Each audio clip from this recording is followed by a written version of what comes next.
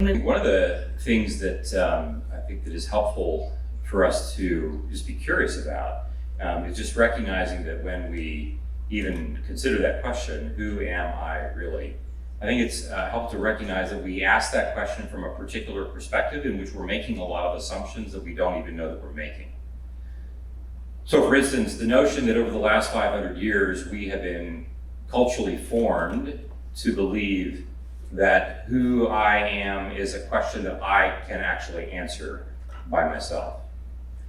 And as it turns out, the brain doesn't really operate this way. None of us in the room are actually able to identify who we are apart from the relationships that we have. Even if those relationships are the ones that are banging around inside our head, even if those relationships are with people who are no longer living, we are continually being curious about who am I in relationship with my dad, with my mom, with my brothers and sisters, with my friends, with my enemies.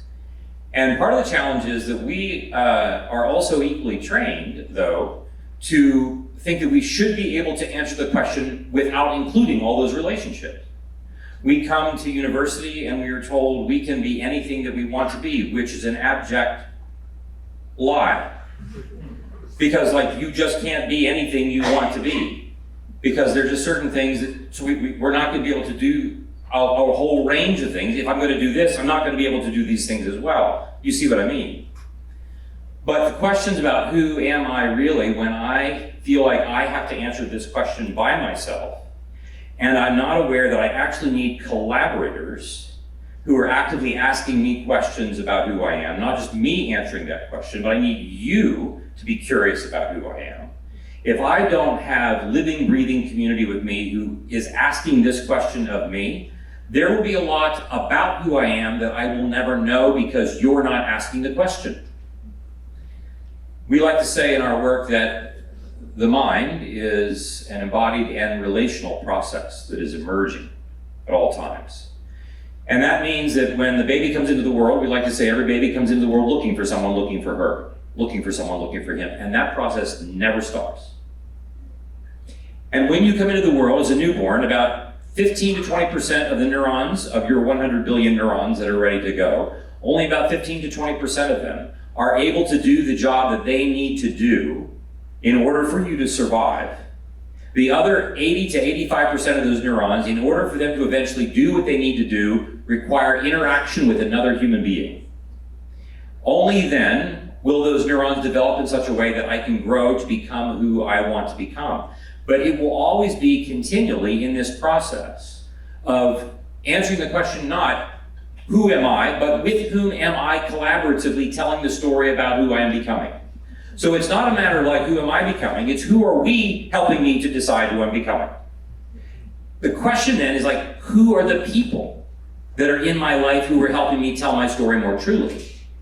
And we listen to all kinds of voices, including the ones that tell us you should be able to figure this out by yourself, which is problematic because my brain knows better. And when I can't answer that question, I become anxious.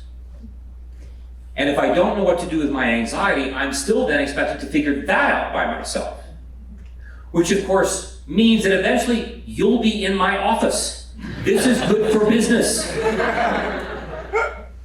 And if your anxiety is something that you wrestle with long enough, and it outpaces your coping strategies, at some point your brain is going to run out of gas and then you will become depressed.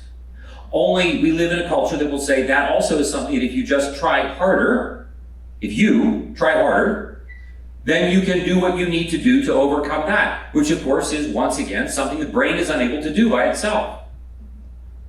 And so we really are always coming back to this question of who are the people with whom you are in community, with whom you are collaboratively telling your story, such that we together are able to answer not just who am I, but who am I becoming? Remember, the mind is not a static thing. You can't answer the question, who are you? Because 10 minutes from now, you'll be different from who you were 10 minutes ago. The question of who the community is, therefore, is really vital in exploring this to begin with.